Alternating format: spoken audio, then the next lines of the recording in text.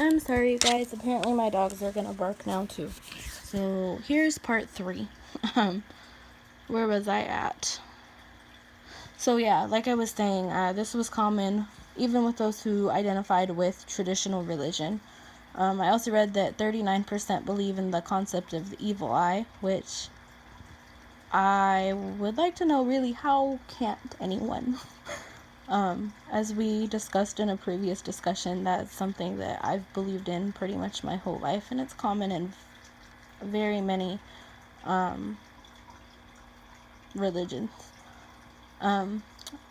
Many also pray and offer saints gifts and offer gifts to the dead, and many still practice indigenous beliefs, seeking help from shaman or other practitioners, burning incense, or using herbs.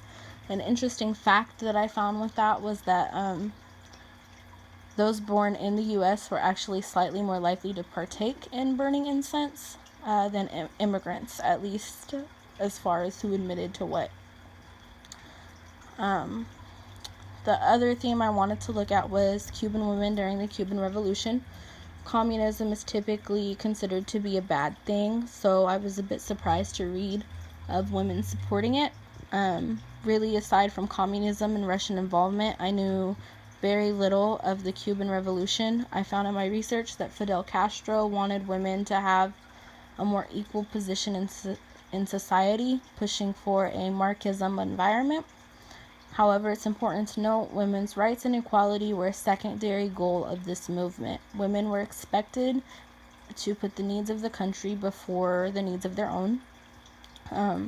It's still obvious that pushing this agenda would definitely generate support by women for the Cuban Revolution. It also makes sense as to why Celia, the woman who was forced into an asylum by her jealous husband, supported the movement.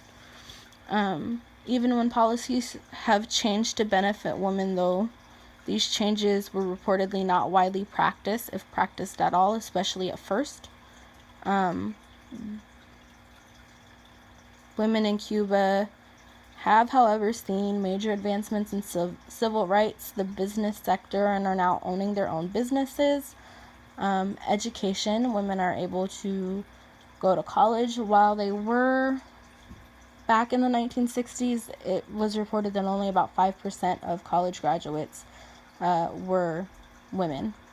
And then they're also now able to participate in government, even holding seats on parliament. During the revolution, women took up different views. Those who supported it often helped by growing crops, marching and passing out flyers, or posting posters in support of the revolution and verbalizing their support.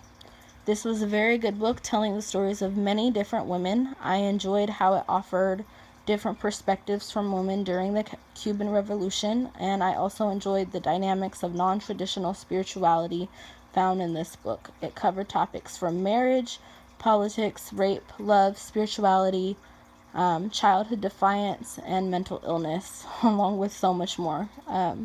If you have the time, I would say it's definitely a must read. Thank you for listening, and again, I'm sorry for the interruptions.